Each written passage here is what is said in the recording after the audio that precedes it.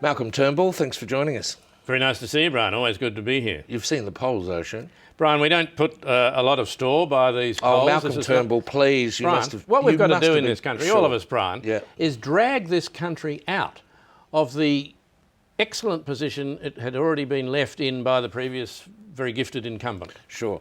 Where were you when you saw the poll result? Oh, I was at home. Lucy and I were just having lunch, Brian. On the terrace? On the terrace, yeah. Light lunch? Little light lunch, yeah. Yeah, sounds nice. Lovely. Just a few larks, uvulas and a garden salad. And I saw the headline. I turned around and said to Lucy, have a look at this.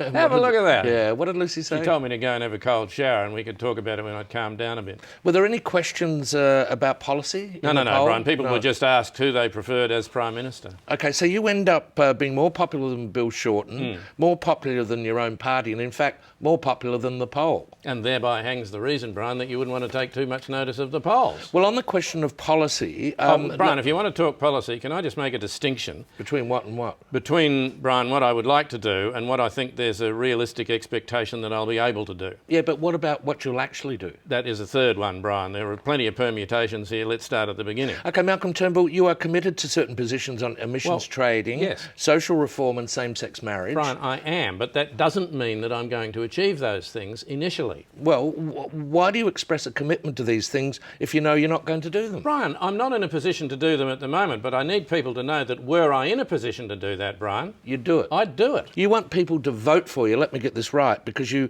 can explain to them why it is you're not going to do them. No. Brian, look, let's look at the landscape from slightly further away. The Labor Party was in power. They had a go. Sure. Didn't work terribly well. They got tipped out, Brian, because they lost sight of these issues. The message here is we will not lose sight of those issues. Are you talking to the Greens? It's not our policy to speak to the Greens, no. That wasn't the question. It's a very interesting question, Brian. Why do you ask it? Because if you develop any sort of relationship with the Greens, the Labor Party will be in even worse trouble. They'll be taking in washing. Very Machiavellian suggestion, Brian. As a matter of interest, I did see Richard Di Natale the other day just for a cup of coffee. I thought it wasn't your policy to talk to the Greens. This wasn't us talking to the Greens, Brian. This was just me and Richard. Just for coffee? Just for coffee. That went well? Went very well. What coffee did you have? What coffee did I have? I had a organic soy latte, Brian. Nice? Very nice.